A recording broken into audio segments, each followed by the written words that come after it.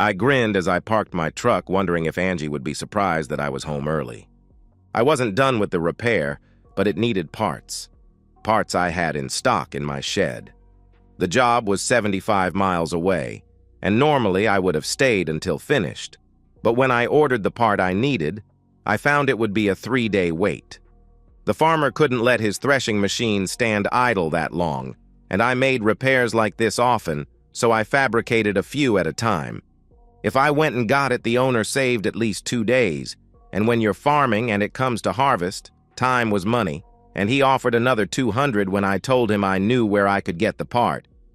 I never told him I made it because technically, while it wasn't illegal, it was frowned on, and I had a good relationship with my suppliers. I had come in off the farm road, pulling up to my service building.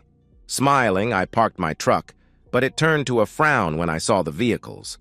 A flashy vintage Mercedes convertible with the top down and a black SUV. Just as I turned my key, the door flew open, and a huge black guy stood in it, a large automatic in his hands. Immediately fearing the worst for my wife, I raised my hands as he ushered me inside. I got a good look at his weapon, and though I had never seen one before, I recognized the silencer. Fear turned to terror when he ushered me to the dining room, and I saw Angie splayed out on the table, stark naked. A small man was there, also naked, her juices still glistening on his banana. He grinned. "You're not supposed to be here, but now's as good a time as any to share the news. The woman loves being with me, and I'm taking her home. We've been intimate for about 8 months now, and it was really convenient that you traveled so much." "What? Why? Angie?" I asked. She sat up, grinning. "You spoiled the plan, damn it.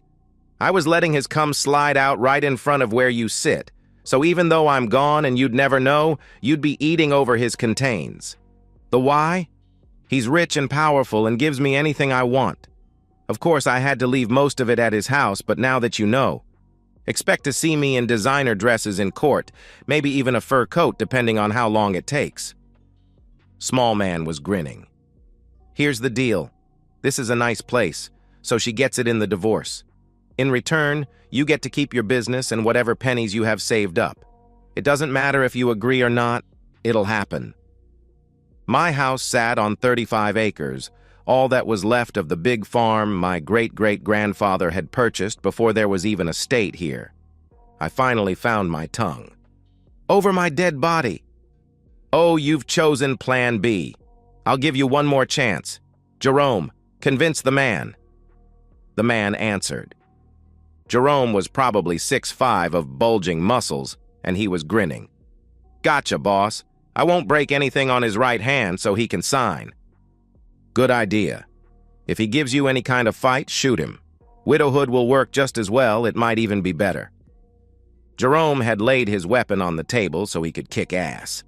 I had backed up behind the table, right in front of the old-fashioned picture window my loving wife refused to let me replace. I held the opinion it raised our heating and cooling costs, but Angie loved the view. He wasn't expecting it, and I threw one of the heavy oak chairs at him, catching him by surprise and knocking him down. The other guy raised his weapon and the boss was screaming to him to shoot me, so I snatched up another chair and threw it through the window, with me right behind it. I hit the ground and bounced up running. Jerome had grabbed his weapon and jumped through the window right behind me, shooting as he ran. I could hear it make sounds kinda like compressed air, and could see the dirt gouges flying up in the light of the full moon. Then it felt like somebody ran a hot bar across my arm, and it made me run faster. My tool shed was to my right, so I darted in and slammed the door, turning the lock. Jerome was cussing a mile a minute. "You little shit! Come out or I'll kill you slow!" I was looking around desperately for a defensive weapon when I saw it. We lived in an area right on the edge of the kudzu range, and I'd bought one of those weed burners to keep them at bay. Angie loved it but complained about carrying around the heavy propane tank. Then one day she showed me a couple of sites on YouTube. Elon Musk actually sold flamethrowers that looked like water blasters kids use, but they were sold out. There was another site called the Hack Brothers that copied it, using a kid's toy as a base. Being a welder, a machinist, and a mechanic, It didn't take me long to figure something out. I used an old 410 shotgun that a friend gave me because it was damaged and no good. I bought the parts, running a metal pipe up the barrel, then installing a burner head I'd modified until with a twist, it could go from a flame about 6 inches around to one a fourth that. A side effect was when it was turned down, it shot 3 times as far. It was rated at 3,400 degrees at full volume, and I figured it did about 4,000 when it was choked down. I put an adapter on to convert it to be able to run off the small cylinders campers used for stoves and lanterns. A full tank would last about 15 minutes, and I removed the trigger and replaced it with a high-powered igniter because the standard would choke down if you tried to ignite it with the valve wide open. The valve was right in front of the trigger guard. A flick of a finger opened it. Angie loved it, named it the Blaster, and here it was. I managed to screw a new cylinder on while he beat on the door, then reached up and unlocked it, just as he slammed it with his shoulder. He fell inside, scrambling up, pistol in hand, looking for me. When he saw me, the blaster was about 18 inches from his face. His last vision on this earth was the flame blossoming. When you get hit in the face with 3,000 degrees of heat at that range, bad things happen. Your eyeballs melt instantly, and your nose is charred down to cartilage. Your lips are burned off, and your tongue looks like a bratwurst left on the grill too long. The flame travels down your throat, searing your lungs. You flop on the ground, making strangled, gacking noises, in extreme pain, I imagine, until you die. Not that I cared, but I dragged him out of the shed because his clothes were on fire. I looked at the misshapen lump on top of his shoulders and remembered the sneer on his face as he was going to attack me. Fuck him. He probably got what he deserved, and I wondered how many other husbands had experienced pain at his hand. My adrenaline was still pumping, and now I was angry. Very angry. I picked up the blaster and the pistol, checking the magazine. 3 bullets left. Then it occurred to me he would not travel without a reload and found 2 magazines in his belt. I slammed a full one in, racking the slide as I walked towards the house. I didn't have a plan, but as I went by the little sports car, I had an idea. One long spray with the blaster had it on fire.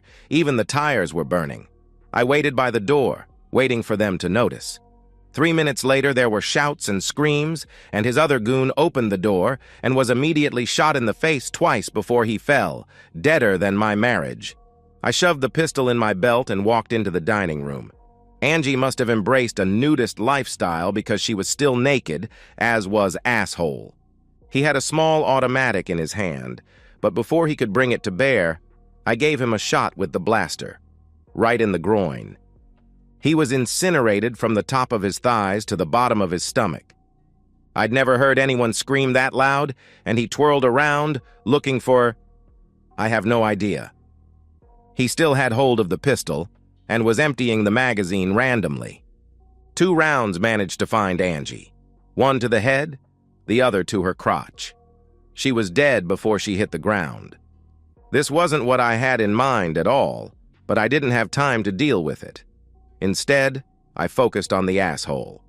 He still held the pistol, more from instinct than anything else, but it was empty.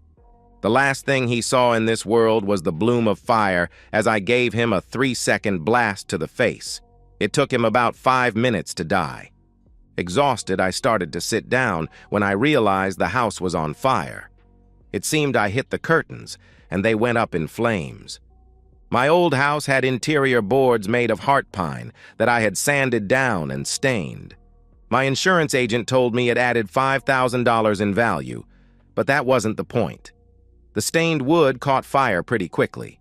I realized this could solve a lot of my problems, and I ran out past the burning car, threw the dead guy in a wheelbarrow, and rolled him up to the door, tilting it and dumping him beside his partner. I ran back to the shed, shut the door, jumped in my truck, and drove away, slowly, going out the same way I came in. Just before I got out of sight, there was an explosion, and a ball of fire shot into the sky, so the fire must have reached the gas tank of the car. As soon as I hit the main highway, I sped up, without passing a soul for 10 miles. An hour and a half later, I pulled into the little mom and pop motel I was staying at and went into my room. Then the shakes hit, as well as the regrets. I'd killed 3 people and was responsible for the death of my wife. I didn't sleep the rest of the night, but when dawn broke, I showered, walked to the diner next door, and managed a small breakfast. The farmer was surprised to find me in the field so early, and I told him I discovered I already had the part in the truck. 2 hours later, it was up and running, and I watched for half an hour to see if it was going to hold up. I knew it would be bad, but it was still a shock. All that was left of my home were 2 chimneys and a third of my back porch wall. The cops, the coroner, and people who showed no uniform but had "cop" written all over them watched me pull up. One deputy walked up slowly. I'd gone to school with Hal, we'd got drunk together for the first time when we were 16, double-dated, and I was even an usher at his wedding. "What the hell happened?"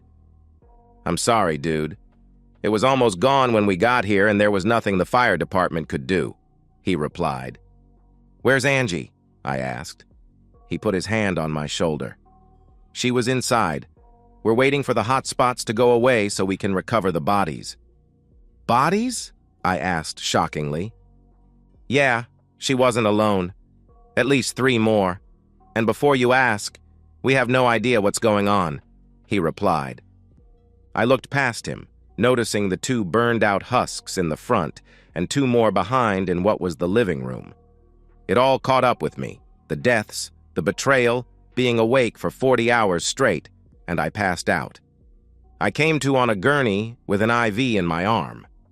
The EMTs were also friends. It was hard not to know everyone in a small community, and Cherry put her hand on my chest. "Lay still, honey.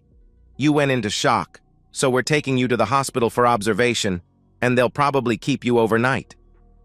"What happened?" I asked. Cherry grimaced. "I don't know. We've never worked a scene like this, and I hope I never do again. The only reason we were here to start with was to haul the bodies to the morgue." She realized what she had said and put her hand to her mouth. "I'm so sorry, Johnny. Let's get you on the bus." I was admitted, checked over pretty thoroughly, and given a small shot that knocked me out for 11 hours. When I woke, some kind of alarm went off, and a pair of nurses and a doctor came in immediately. They put me through a set of small physical and mental exercises and declared me fit. "How soon can I get out of here?" I asked. The doctor grinned. "In a hurry? The kitchen is featuring meatloaf tonight, and I know you don't want to miss that. Seriously, we'll check you again in 5 more hours, and unless something unforeseen comes to light, you can leave then." The nurse stayed behind. "Do you feel up to visitors?" "Who knows I'm here?" I asked. "Everybody in the county, and probably the state. A burned-down house with 4 dead bodies tends to make the news. Hal, the deputy, 3 guys from the SBI, and 2 guys who won't say but have Fed written all over them, and your family. I might as well get it over with. Send in the cops first." Hal made the introductions. 1 homicide investigator and 2 arson experts from the state, and 2 Homeland Security special agents. The state boys started the ball rolling. "First, let us convey our condolences to your wife. I know this is hard, but do you feel up to talking?" "Sure, but I don't know what to tell you. I left the day before yesterday with a kiss from my wife and a nice house, and I came home to find my home burned to the ground with her in it. I probably got more questions for you than you do for me. Let's start with your timeline. I understand you have a business that requires you to travel from time to time, correct?" he asked. I gave them the Reader's Digest explanation of my business, and that travel was required 2 or 3 times a month, but most of my business was local and I worked from home, traveling as little as half a mile to 30 miles for clients. That was my whole business. You couldn't come to me, so I came to you for a very good rate. "I'm assuming you can verify your whereabouts?" he asked. I gave them the number of the farmer I'd worked for. I also gave them the numbers for the motel, as well as the name of the diner I'd eaten at. They wanted more detail. How am I supposed to do that? I went to the job. I did the job, ate at the diner, Slept at the motel. I'm sure they can give you a better timeline than I can. Do I need a lawyer? Am I accused of anything?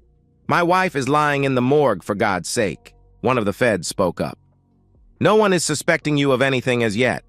If you feel you need a lawyer, we'll stop and make it more formal. Judging from your reaction, there's a lot more at play here than you realize. We'll have all the bodies identified by tomorrow, but we got a lot of information from running the tags. Once we get verification, we'll proceed. My blood pressure spiked, alarms went off, and the nurse threw them all out. Hal showed up by himself the next morning, picking me up and taking me to the station, where I was interviewed again. The feds were asking random, unconnected questions, and I felt like they were fishing. My temper finally got the best of me. Know what? Fuck you guys. You're handy with questions but don't like to give answers. So charge me with something or cut me loose. I'm done talking now. Keep it up, and lawyers get involved.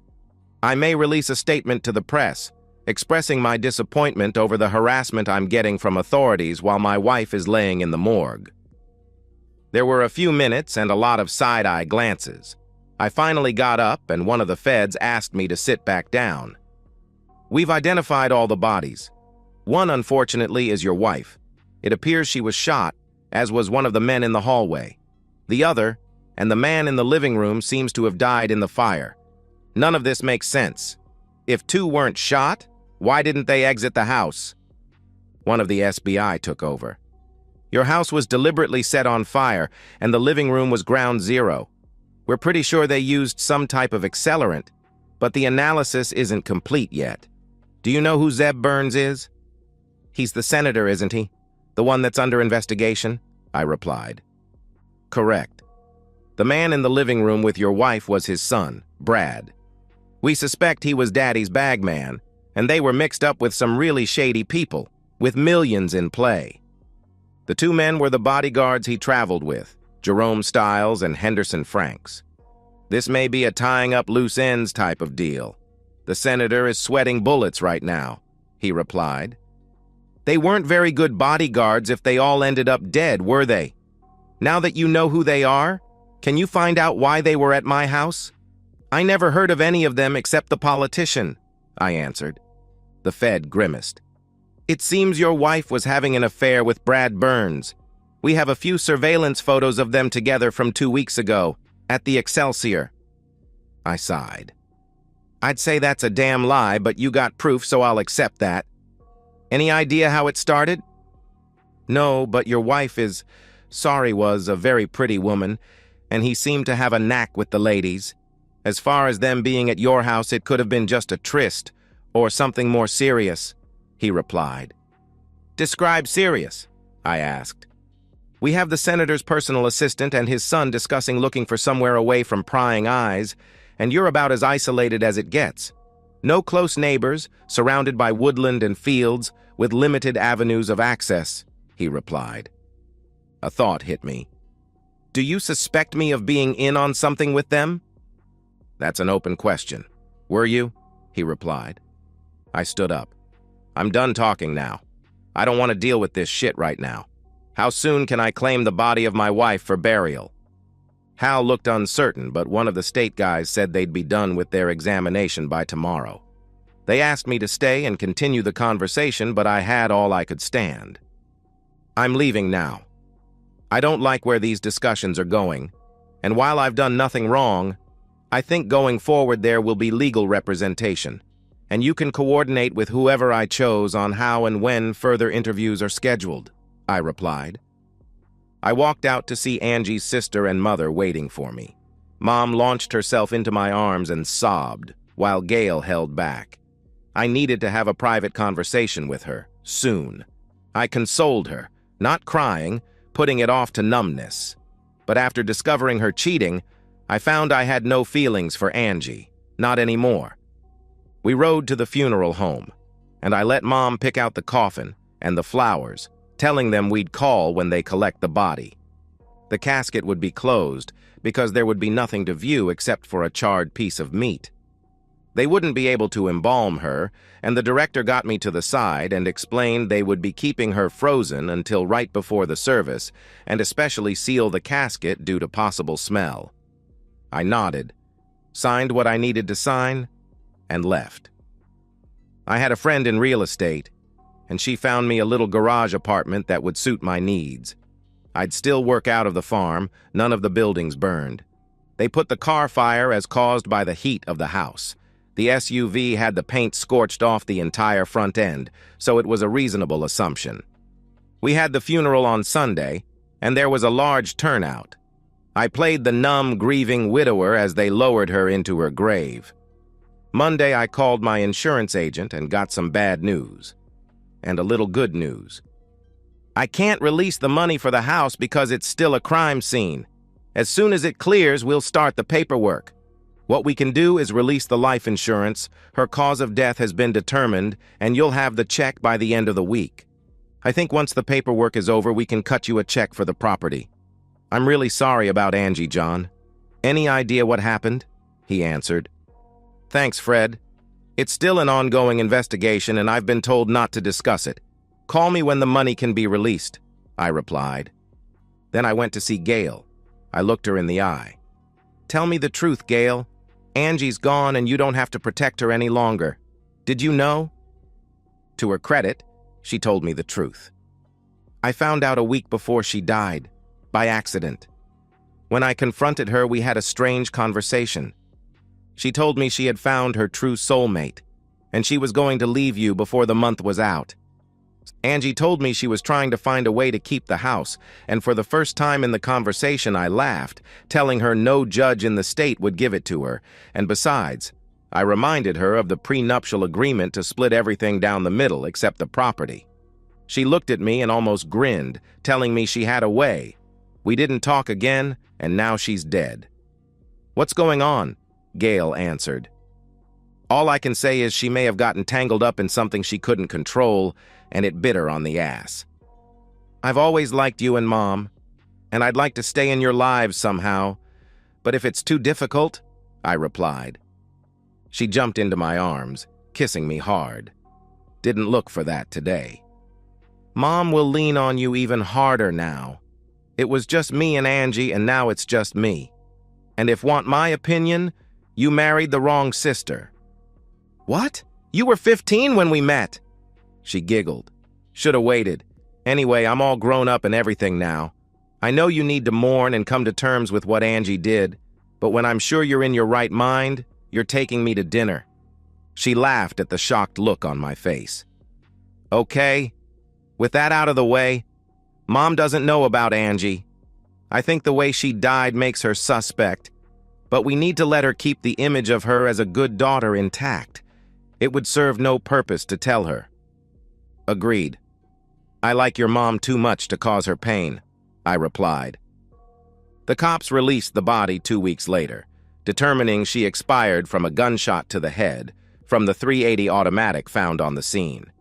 It was burned pretty badly, but they ejected the magazine and found Brad Burns' fingerprints on the shells, despite all the rounds exploding from the heat. The week after that, I got the life insurance. I felt bad for taking it, but I realized the whole fiasco was not of my making. If she'd stayed faithful, it wouldn't have mattered, and she'd still be alive. I never meant for her to die. I wanted her to live a long, regretful life, but it was not to be. It took almost a year before I got the check for the house. It was enough to build a really nice one back, on the other side of the property. I kept the buildings intact, using them for my business address. I had it wired for security, something I was glad I hadn't done before. They dropped the investigation 6 months after the incident, writing it off as a criminal enterprise gone wrong. They had no evidence I was there, and I had a solid alibi between the motel management, the farmer, and the waitress at the diner, so I was off their list. So then, I got away with murder. Well, not quite murder except for the asshole. The security guards could be put down to self-defense, but incinerating Brad Burns' junk would have gotten me a prison sentence. As for Angie, I felt bad she had been killed. I'll always wonder what made her decide she had a better offer. I had a feeling from what I learned about the family, it would have ended badly. The senator finally got caught with his finger in the cookie jar. He resigned, leaving his party to scramble to find a replacement 4 months before the election. His party lost the seat by a big margin. Hal came by one day to tell me a bunch of teens in the area were creating mischief, telling me to keep an eye out and keep the cameras on since I was gone a lot. He caught me on weed patrol. I had managed to beat the kudzu back to my property line, and I checked it every 2 weeks. My dad used to say, "Rust never sleeps, kudzu always creeps." He admired the blaster.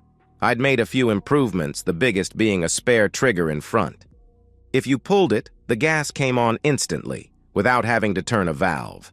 I'd also refined the nozzle until it could reduce to a 3/4-inch beam. It would go through a piece of 1/4-inch metal if it were close enough in about 30 seconds. If it was steel, it took longer. Of course, Dale had to use it, grinning as the flames leaped out. "Man, you could sure He stopped, stared at me, and grinned before he handed it back to me. "You ought to get that patented. You could make a lick. Remember to keep those cameras on." I did, and he caught the kids vandalizing my tool shed. I thought about what he said a lot over the next few days. Then I redesigned the blaster, strengthening it so it resembled a flamethrower more than a weed burner, and then applied through the lawyer I'd hired. After 6 months, I was notified it was pending, meaning I could manufacture them, so I produced 100 and tested the market. They sold so well that it was time to open a factory, so I rented an industrial building, hired 12 people for the line and 2 office staff, and we were off to the races. We were assembling roughly 35 a day and had an 8-month-long backlog. I was exhausted and went into the office complaining. My office staff grinned. "I told you it was going to happen. It's time to turn your lawyers loose and talk to some of the big boys that have been sniffing around. You don't need to sell it, just make a licensing agreement to protect yourself." Gail laughed. "Mom's right. Want me to call Jack?" "Yeah," I replied. 9 months later, we had a deal worked out where I got a pretty hefty percentage off everyone manufactured. We covered our asses, marking every box with a warning, intended for home and agricultural use only. It was a really detailed disclaimer, in print large enough to read easily. Production took off as the interest grew, and now you can find it in every home improvement store, hardware store, and online. The company that leased the rights asked us to keep the small factory as an experimental shop. The people we'd hired were happy to keep their jobs, as well as the office staff. Now that I had money, I looked around and found a bigger house on 60 acres, with barns, shops, pastures, and woods. The house had 4 bedrooms, really big bedrooms, and came with a 3-car garage that had an apartment over it. It took 8 months and a ring, but Gail moved in with me and then spent some money sprucing up the apartment. I was on board with moving Mom in. She was getting older and we really didn't like the idea of her living by herself. Our baby's cries woke me. I was in a cold sweat, dreaming about Angie. I never told anyone, especially Gail and Mom. That secret would go to my grave. Gail just mumbled while I got up and changed our son, feeding him, burping him, and rocking him back to sleep, smiling the whole time. Gail had told me earlier that he was going to get a little sister in about 7 months, which made me very happy. I couldn't help thinking they would have been Angie's if she hadn't got tangled up with the asshole. I'd searched my brain for years, trying to see if I'd missed any clues, but I had been completely blindsided. We'd made love the night before I left, twice. It occurred to me it was probably a goodbye fuck to ease her conscience. I was awake now, so I set the coffee maker and turned on the computer.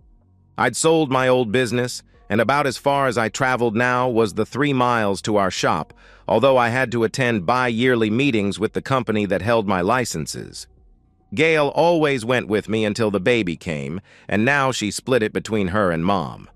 Mom was pretty sharp and more trained in business, and she caught things I would have missed totally. Then the coffee maker beeped, and I poured a couple of cups while Gail stumbled out of the bedroom in a ragged tee and panties, her baby bump just beginning to show. She never looked more beautiful. And that's the end of today's story. If you enjoyed it, please give this video a thumbs up and drop a comment below. Your support helps the algorithm push my content further. If you're new to the channel, don't forget to hit that subscribe button. It really helps me keep creating more stories for you. Thanks for watching, and I'll see you in the next one.